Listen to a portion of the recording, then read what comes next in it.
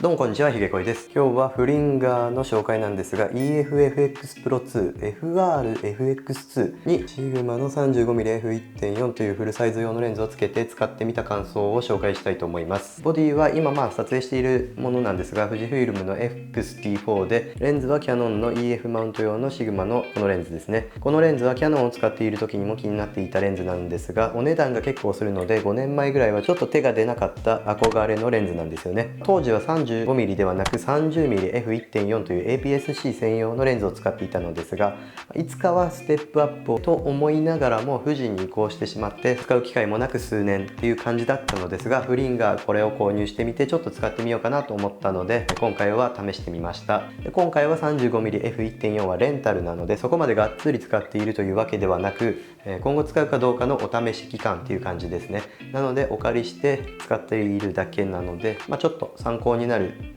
かなと思うんですけど、レビューっていうほどではなく使用感を軽くお伝えできればいいなと思っています。レンタルに関しては以前も利用したカメラレントというサブスクサービスなので、概要欄に関連動画のリンクを貼っておきます。それでは今回の動画の内容ですが、富士フイルムのカメラにこのシグマのレンズを使ってみた感想を作例を交えて紹介するっていうのを一つと、そしてこの 35mm F1.4 をフリンガーにつけて今後使うかどうか、購入をするかどうかっていう点についてお話ししたいと思います。それでは早速いってみましょう。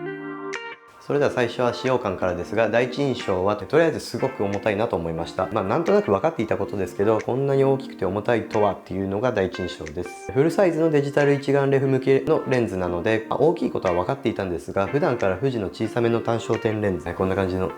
富士の小さめの単焦点レンズ、フードを外すとこんぐらい小さいレンズを使っている僕にとっては結構びっくりするような大きさでした。比較するとこんな感じですね。もちろんフルサイズと APS-C 専用レンズで全然違うのはもちろんそうなんですけど、ちょっとびっくりはしました。重さに関しては構えている時はそこまで感じないんですけど、首からぶら下げている時はかなり重たいなと思います。でかい。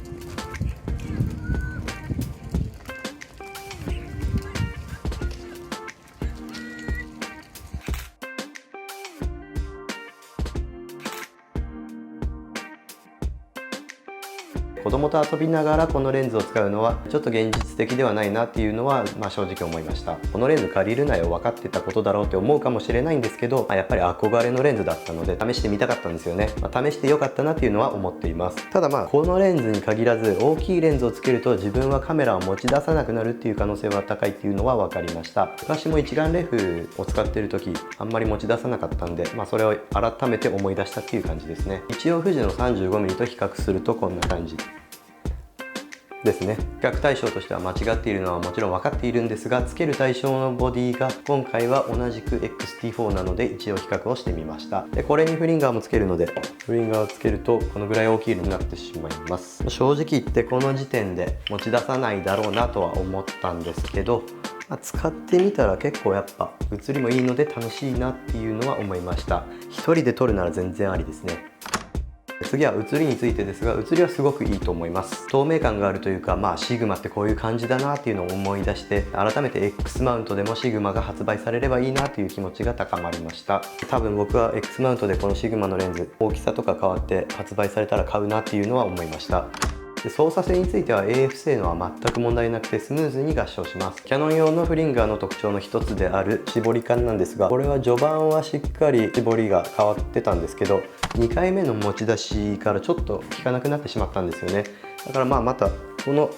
シグマのサードパーティー製のレンズだから効かないっていう可能性もあるかもしれないので、 EF の純正レンズを使って試してみたいなと思っています。それも多分レンタルになるんですけど、また試すと思います。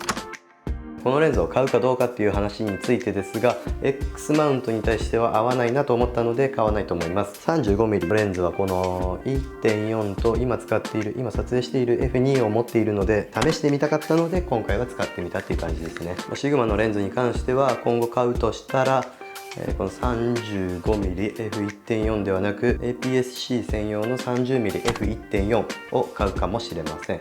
買わないかもしれないですけど、買う可能性があるとすればそちらですね。それか EF 純正のパンケーキレンズっていうのをちょっと試してみたいなと思っています。このレンズのレビューを調べているとやっぱりすごい本当に写りがめちゃくちゃいいって言ってる方とか、僕のブログ仲間とかそういう感じの人もこれ使っててすごい褒めてるんで、すごい大絶賛してるんで、もう全然バカにできるようなレンズではないんですけど、あと僕このレンズに憧れてた理由っていうのが綿あめさんっていう方が使ってるのを見て、もう絶対これいつか使っちゃろうと思ってたんですけど、やっぱすごいのはすごいですね。憧れの人のレンズっていうのを誰でも使ってみたいなと思うはずだと思うんですけど、そういう気持ちで今回は借りてみたっていう感じです。という感じで今回は XT4 に EF フリンガーと Sigma35mmF1.4 を使ってみた感想をご紹介しました。今回の 35mm に限らず自分は大きいレンズは合わないなということと、富士につけてもあんまりかっこよくなかったなっていうことが分かりました。最初から分かってた